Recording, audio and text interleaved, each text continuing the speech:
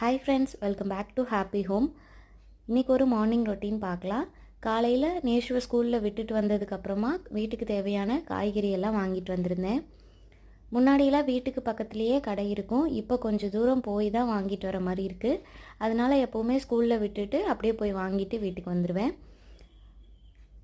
மற்ற காய்கறி எல்லாமே கொஞ்சம் நேரம் இருந்தாலும் பரவாயில்ல, ஆனால் இந்த மல்லி புதினாலாம் வாங்கிட்டு வந்து கொஞ்சம் நேரத்துலேயே வந்து இந்த மாதிரி க்ளீன் பண்ணி ஸ்டோர் பண்ணலைன்னா வாடி போயிடும். அதை க்ளீன் பண்ணுறதுக்கு கொஞ்சம் சிரமமாக இருக்கும். அதனால் ஃபஸ்ட்டு அந்த வேலையெல்லாம் முடிச்சுட்டு தான் சமையல் வேலையே ஸ்டார்ட் பண்ணுவேன். இது எல்லாமே செஞ்சுட்டு இருந்ததுனால கொஞ்சம் லேட் ஆகிட்ட மாதிரி இருந்துச்சு. லஞ்ச் வந்து இதுக்கு மேலே செஞ்சு தான் நேஷுவுக்கு ஸ்கூலில் கொண்டு போய் கொடுக்கணும்.